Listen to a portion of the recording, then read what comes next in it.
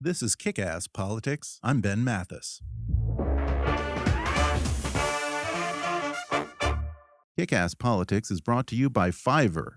You've heard me rave about Fiverr before. Fiverr is the world's largest online marketplace for services with over 100,000 categories, all offered for a fixed base price of just $5. Logo design, business consulting, marketing, business cards, stationery, web design, translation, transcription, proofreading, legal consulting, and just about any other service you can imagine, all offered at a base price of just $5. And right now, when you go to kickasspolitics.com and click on the Fiverr ad on our sponsor page, you'll be showing our sponsor that you support the show, and you'll get some great offers on services tailored to your needs.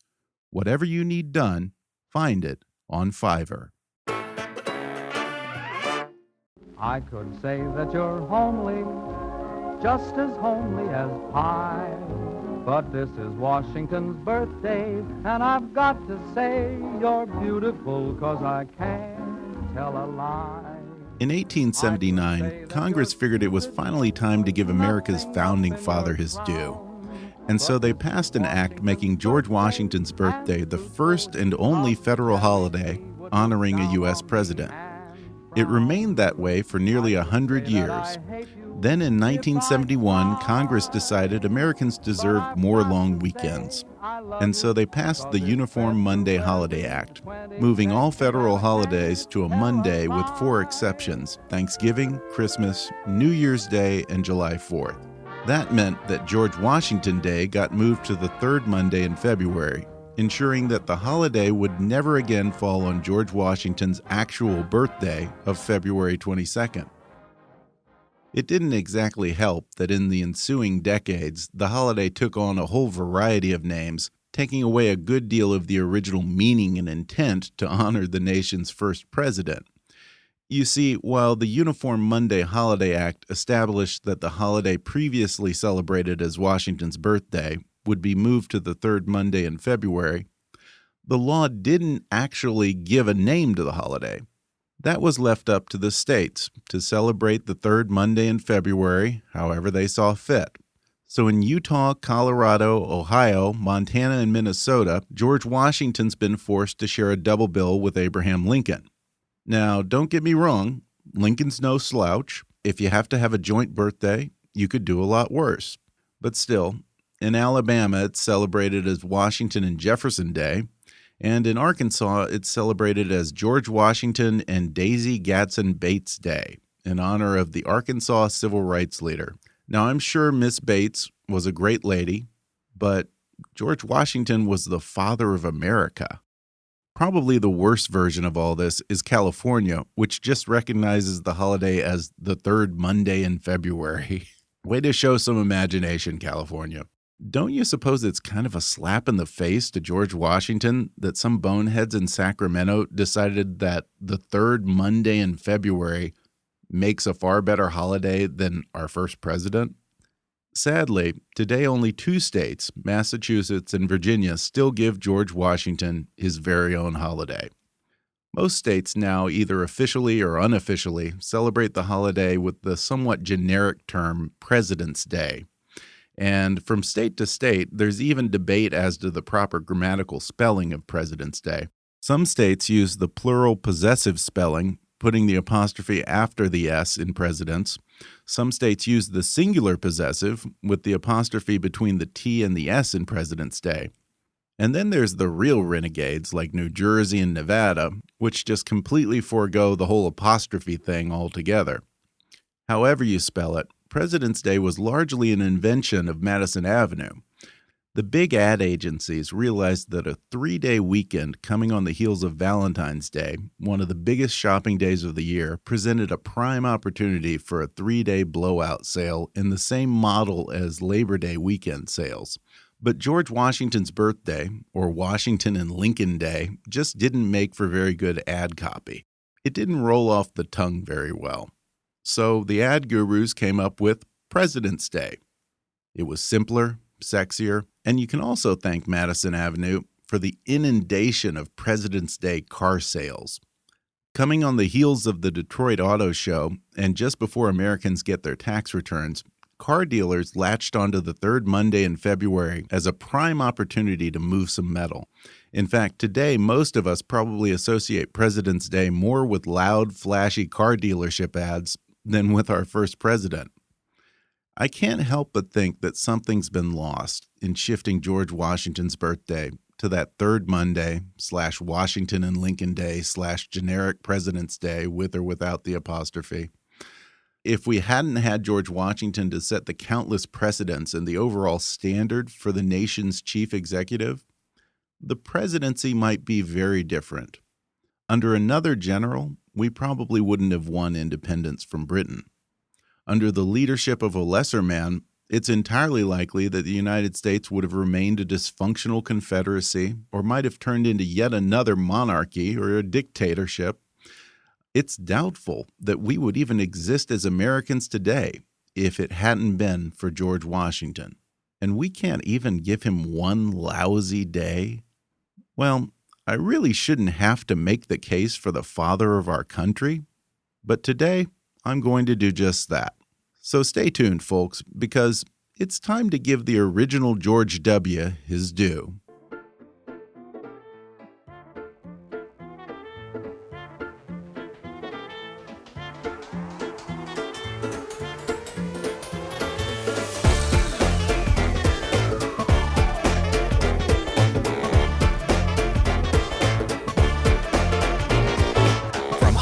To Washington, it's time for Kick-Ass Politics. And now here's your host, Ben Mathis. If he had simply retired from service after the Revolution, George Washington would still be revered as one of the greatest men in American history. A military hero who more than any other person won us independence from Great Britain. But it's what he did after that that set him apart from the other founding fathers, and in my mind, makes Washington one of the most remarkable of all Americans. In particular, there were two crucial turning points in the days following the end of the Revolution, when America hung in the balance between anarchy and order, between tyranny and democracy. And only one man's actions determined the course of a nation. The first instance came at the end of the war in March 1783 in Newburgh, New York. Many of the officers in the Continental Army hadn't been paid in months, and rumors spread that the Congress was broke and wouldn't have the funds to pay the pensions they'd been promised. There was open talk among Washington's own men of armed insurrection. An anonymous letter circulated among the officers in the Newburgh camp called for a meeting on March 11th to propose an ultimatum to Congress that they immediately make good on payments promised to the officers or face a potential military coup. George Washington got wind of this and suggested that instead the officers should postpone the meeting by 4 days, at which time one of Washington's own lieutenants would meet with the disgruntled officers to discuss their grievances. Once they were assembled for the meeting, the officers were taken aback when George Washington himself walked in. Washington then gave a short but impassioned speech counseling patience and warning them against anyone who, quote, wickedly attempts to open the floodgates of civil discord and deluge our rising empire in blood. Then Washington produced a letter from a member of Congress. In a masterstroke of theatrical genius, he fumbled with the first few lines, and then he took a pair of glasses out of his pocket. Many of these officers had served alongside Washington for years, and they had never seen their commander-in-chief don a pair of reading glasses. He said, "Gentlemen, you will permit me to put on my spectacles, for I have not only grown gray, but almost blind in service of my country." Realizing that they weren't the only ones who had sacrificed, the disgruntled officers felt petty and ashamed of their actions. Many of them even wept as Washington read the letter.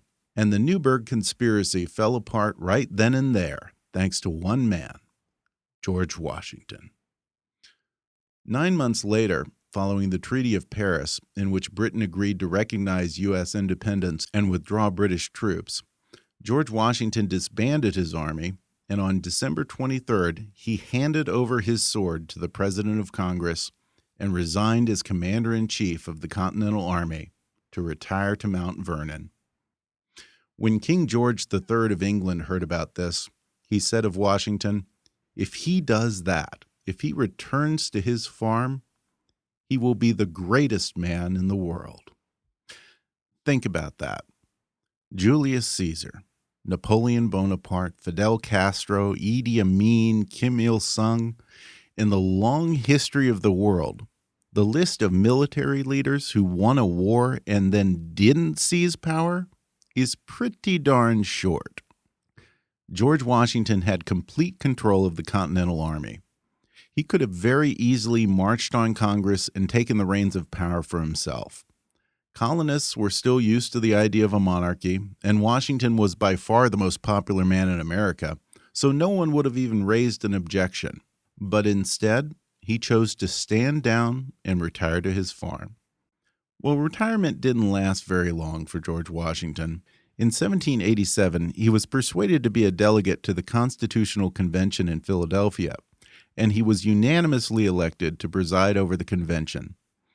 In its original intent, Congress had simply charged the delegates with the task of amending the Articles of Confederation, not completely overhauling the entire system of government and writing a new constitution. But Washington, like James Madison and Alexander Hamilton, saw that drastic changes were needed. He didn't speak often, but when he did, George Washington made it count. He urged the delegates not to settle, but to hold themselves to a higher standard and create a system that was best for the country. Washington didn't engage in debate during the convention, but as chairman of the proceedings, all eyes were on him, and when the delegates spoke, they were addressing George Washington.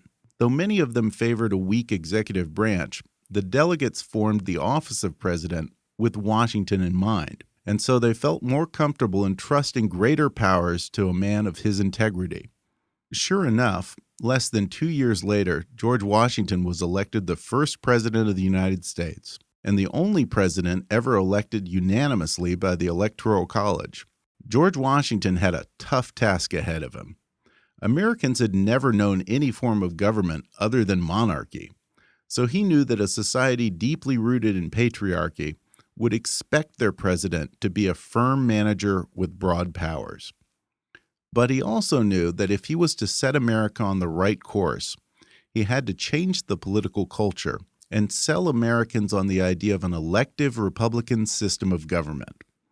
With this in mind, George Washington was adamant about the separation of powers among the three branches of government as provided for in the Constitution, and he led by example, respecting the powers designated to the legislative and judicial branches, and sometimes defending the powers outlined for his own office. His first act as president was to appoint a Supreme Court, and then, once he had done so, he stepped back and allowed the judicial branch to do its job without interference. Washington took a similar approach to the legislative branch. In his first inaugural speech, Washington didn't recommend any new laws, saying that he trusted the men in Congress to do it. When Congressman James Madison sent President Washington a list of proposed amendments, Washington simply said he hoped that they would be approved and offered no further advice. As much as possible, he wanted to stay out of Congress's business, and he wanted Congress to stay out of his. Well, in a moment, we'll look at Washington's equally firm stance on protecting the powers of his own office and the many precedents he set that are still observed today. That in just a moment.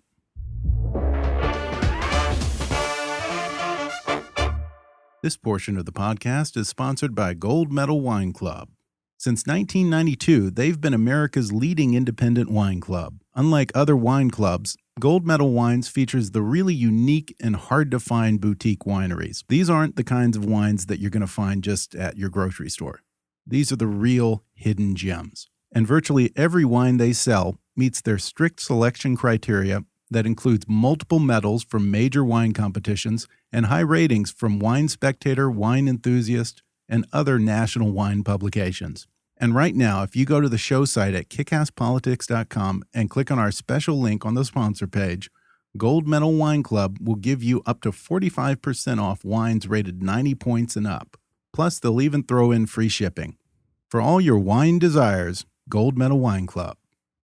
If you like Kick-Ass Politics and you want to keep us on the air, then please support the show by making a donation to our GoFundMe campaign at gofundme.com/kickasspolitics. That's gofundme.com/kickasspolitics. Or go to the show website and click on the donate link. Your support will help keep us producing new and even more interesting programs in the future. That's gofundme.com/kickasspolitics. And now, back to the rest of the show. Welcome back. We're talking about George Washington's almost obsessive observance of the separation of powers established in the Constitution and his relatively hands-off policy towards Congress. But he was also very protective of his own constitutional powers as president. When he negotiated an agreement with Great Britain on peaceful trade between the two nations, he asked Congress to ratify the agreement known as the Jay Treaty. Jeffersonians in Congress were suspicious of reestablishing ties with Britain, and they demanded to see all papers relating to the negotiation with Britain before they would agree to fund the provisions of the treaty. George Washington simply refused, asserting what is now known as the executive privilege of the president, and stating that the boundaries stated in the Constitution should be preserved. Congress eventually caved and ultimately approved the treaty anyway. In a related matter, when hostilities broke out between Great Britain and France, many in Congress felt the United States should take the side of France. After all, France had been our best ally during the Revolution. But George Washington knew that our young country could not afford another war, so he declared U.S. neutrality in the war between England and France, establishing that while Congress had the power to declare war, the president had the power to declare peace. Washington wasn't brazen in his exercise of executive power, though. During his 8 years in office, Washington only used his presidential veto power twice.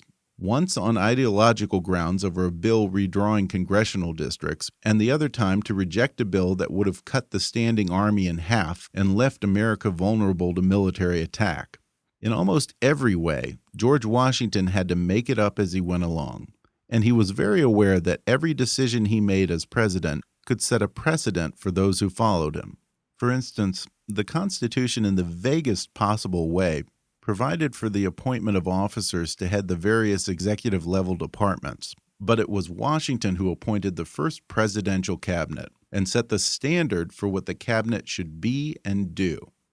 Today's president has 15 cabinet-level positions, but the first cabinet only consisted of 4 members: Thomas Jefferson as Secretary of State, Alexander Hamilton as Secretary of Treasury, Henry Knox, Secretary of War, and Edmund Randolph, his Attorney General. Washington established that the cabinet answered directly to the president, not the Congress. Washington also set the precedent that his secretaries would not be a council of equals with the president, nor would they make decisions by committee. As the chief executive, Washington would listen to his advisors, who often took differing positions on an issue, and then President Washington would make a decision. But perhaps George Washington's most important contribution as president was in his refusal to run for a third term. By retiring from public life, George Washington created a tradition of peaceful transition of power that was almost entirely unique to the world in his day.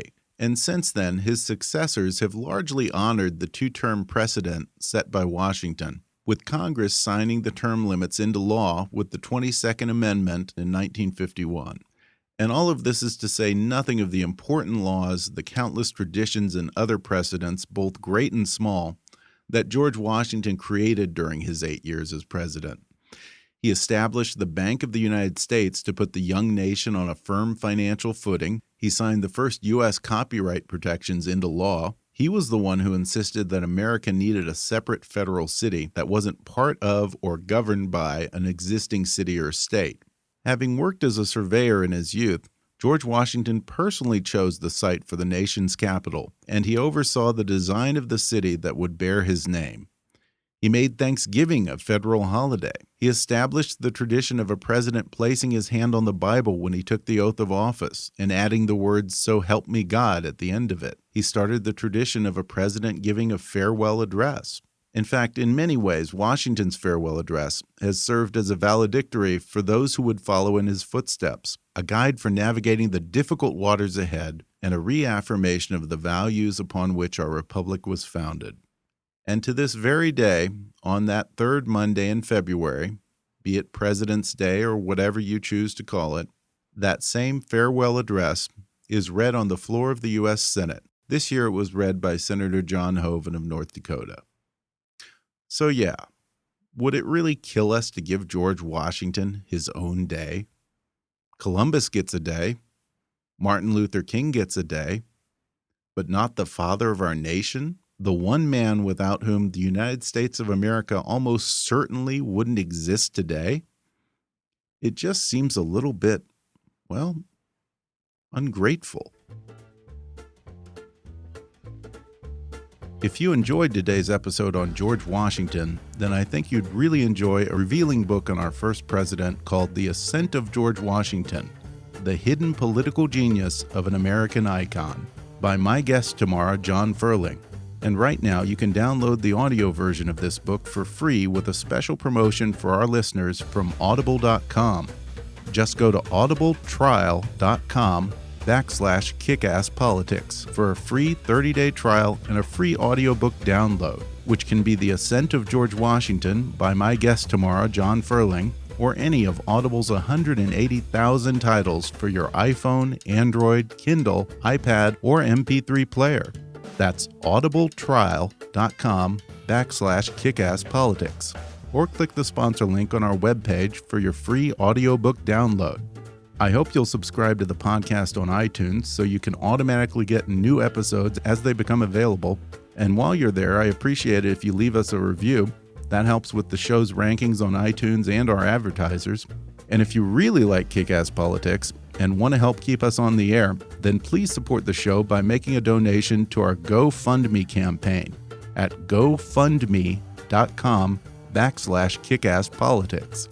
Or you can go to the show website at kickasspolitics.com and click on the donate button. Your support will help keep us producing new programs in the future, and I'd even like to expand to 2 or 3 new episodes a week, so your donation will help us reach that goal.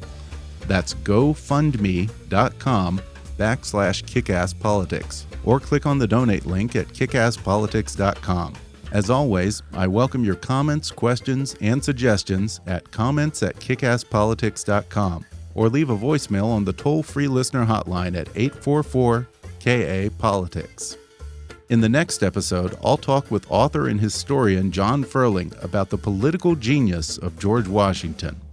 In this day and age, we've given George Washington an almost godlike status, and we tend to think of him as being above politics. But the truth is, the reason he rose so high and was so effective is because beneath that stony, noble exterior, he had a remarkable sense of political timing and showmanship. And he was just as brilliant for what he didn't say as for what he did say. So be sure to download the next podcast. It's interesting stuff and a whole other side of George Washington. Until then, I'm Ben Mathis, and thanks for listening to Kick-Ass Politics.